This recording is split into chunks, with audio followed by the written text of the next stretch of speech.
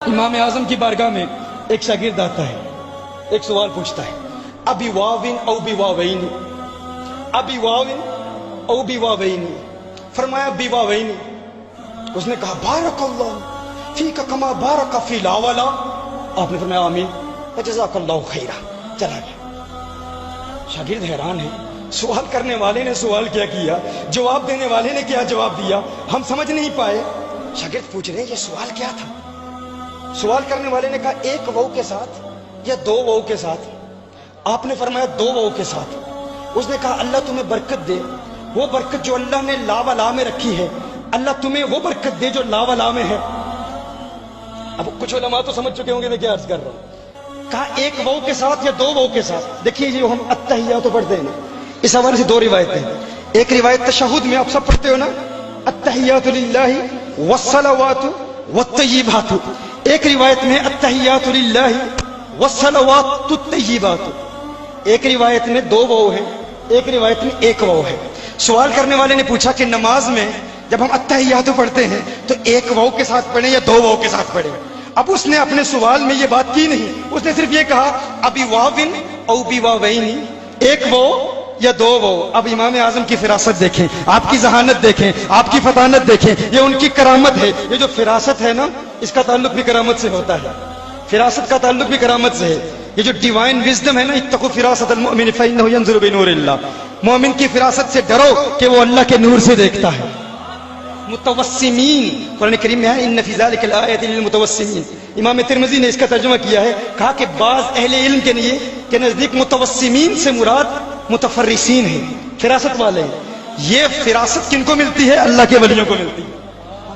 یہ دلوں کی کیفیات کو جانتے ہیں، دلوں کی حالتوں کو جانتے ہیں۔ تو سوال کرنے والے نے کہا ایک وو کے ساتھ یا دو وو کے ساتھ؟ کہا دو وو کے ساتھ۔ امام اعظم نے جواب دیا کہ جب نماز پڑھو تو یوں پڑھو التحیات للہ والصلوات والطیبات۔ اس نے کہا بارک اللہ فیک کما بارک فی لا ولا، اللہ تعالیٰ تم میں وہ برکت پیدا کر دے جو برکت لا ولا میں پیدا کی تھی۔ لا ولا، اب لا ولا کا مطلب کیا ہے؟ کیا عام طالب علم سمجھ سکتا ہے؟ امام اعظم ابو حنیفہ کے شاگرد بھی نہیں سمجھ پائے کہ لا ولا کا مطلب کیا ہے۔ میں کہتا ہوں جو دلوں کی کیفیات کو جانتے ہیں وہ سمجھ جاتے ہیں۔ کہا اپنے شاگرد سے کہ دیکھو قرآن میں ہے نا کہ زیتون ایسا درخت ہے جس جیسا درخت نہ مشرق میں ہے نہ مغرب میں ہے۔ کہا جب میں نے اس کے سوال کا جواب دے دیا، اس نے کہا ابی واوین او بی واوین، ایک وو کے ساتھ یا دو وو کے ساتھ؟ تو میں نے کہا دو وو کے ساتھ، التحیات للہ والصلوات والطیبات۔ وہ اس قدر خوش ہوا کہ انہوں نے میرے دل میں پیدا ہونے والے خیالات کو بھی سمجھ لیا ہے، میرے سوال کو سمجھ لیا ہے۔ تو اس نے کہا اللہ نے تجھے اتنا علم دیا، اللہ تجھے تیرے علم میں وہ برکت پیدا فرما دے جو لا ولا میں پیدا کی۔ لا ولا کا مطلب کیا ہے؟ کہ زیتون ایسا درخت ہے جس جیسا درخت نہ مشرق میں پایا جاتا ہے نہ مغرب میں پایا جاتا ہے۔ کہا ہے امام تیری عظمت پہ قربان، اللہ نے تجھے ایسا علم عطا فرمایا تو دلوں میں پیدا ہونے والے خیالات کو بھی جانتا ہے۔ اللہ تیرے علم میں وہ برکت پیدا فرما دے جو برکت زیتون کے درخت میں پیدا کی تھی، کہ زیتون کے درخت جیسا درخت نہ مشرق میں پایا جاتا ہے نہ مغرب میں پایا جاتا ہے۔ اللہ تیرے علم میں وہ برکت پیدا کر دے کہ تیرے جیسا امام نہ مشرق میں ہو نہ مغرب میں۔ اسی لیے ہم انہیں امام اعظم کہتے ہیں۔ اب دیکھیے امام اعظم کی بارگاہ میں ایک عورت حاضر ہوتی ہے، ایک سیب رکھتی ہے، سیب امام اعظم کے سامنے ایک سیب رکھتی ہے۔ سیب کا ایک جانب سے دائیں جانب آدھا سرخ ہے، بائیں جانب زرد ہے۔ سیب امام اعظم کے سامنے رکھا، امام اعظم نے کاٹا، کاٹ کے واپس دے دیا، وہ چلی گئی۔ اب شاگرد حیران ہے، پریشان ہے، یہ کیا ہوا؟ سیب اس نے توفتاً دیا ہے، کیوں دیا ہے؟ آپ نے سیب کو کاٹا، کاٹ کے واپس دے دیا، وہ چلی جاتی ہے۔ شاگرد کہتے ہیں کہ یہ کیا ہوا؟ سیب دیا آپ نے، کاٹ کے واپس دے دیا۔ فرمایا یہ سیب دینے کے لیے نہیں آئی تھی، یہ مسئلہ پوچھنے کے لیے آئی تھی، یہ فقہ کا ایک مسئلہ تھا۔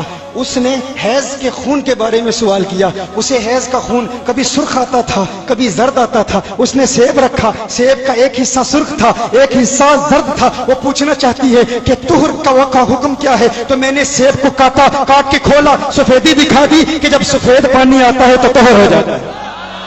امام اعظم کی بارگاہ میں کیسا سوال، اشاروں میں امام اعظم جواب دے دیتے۔ طہر کا حکم کیسے بتایا؟ سیب کاٹ کر بتایا۔ ایک بچہ امام اعظم ابو حنیفہ کی بارگاہ میں حاضر ہوتا ہے، عرض کرتا ہے امام اعظم یہ بتائیے، اب اسٹوڈنٹ سامنے بیٹھے ہیں، اگر کوئی بندہ عشاء کی نماز ادا کرتا ہے، عشاء کی نماز ادا کرنے کے بعد وہ سو جاتا ہے اور اس پر غسل فرض ہو جاتا ہے، وہ جاگتا ہے، تو اب وہ عشاء کی نماز پھر پڑھے گا یا نہیں؟ امام اعظم ابو حنیفہ نے فرمایا پھر پڑھے گا۔ اس نے سوال کیا، سوال کر کے وہ چلا گیا۔ ایک بندہ عشاء کی نماز ادا کرتا ہے، سو جاتا ہے، غسل فرض ہو جاتا ہے، غسل فرض ہو گیا، جاگا، اب غسل کر کے نماز پڑھے گا یا نہیں؟ فرمایا نماز پڑھے گا۔ بچے نے سوال کیا، سوال کر کے چلا گیا۔ امام اعظم ابو حنیفہ کے شاگردوں نے پوچھا یہ کیسا جواب آپ نے دیا؟ امام اعظم نے ارشاد فرمایا یہ بچہ بڑا ذہین ہے، یہ ذہین بھی ہے اور شرمیلا بھی ہے، یہ اوروں کے بارے میں سوال نہیں کر رہا تھا، یہ در حقیقت اپنے متعلق سوال کر رہا تھا۔ یہ آج ہی بالغ ہوا ہے، اس نے نماز پڑھی ہے عشاء کی، یہ سو گیا، اس پر غسل فرض ہوا، اب یہ جاگا، جب یہ بیدار ہوا تو اب اپنے متعلق سوال کر رہا ہے کہ جو میں نے پہلے نماز ادا کی وہ نماز ادا ہو گئی یا نہیں؟ تو یہ شرمیلا بھی ہے، ذہین بھی ہے، اس لیے میں نے اس کے سوال کے مطابق اسے جواب دیا ہے کہ تیرے لیے ضروری ہے، چونکہ تو اب بالغ ہوا ہے، اب بیدار ہوا ہے، اب تجھے نماز عشاء پھر ادا کرنی ہوگی۔ میں کہتا ہوں کہ امام اعظم کو کس نے بتایا تھا کہ یہ ابھی بالغ ہوا ہے؟ کس نے بتایا تھا؟ یہی وہ فراست ہے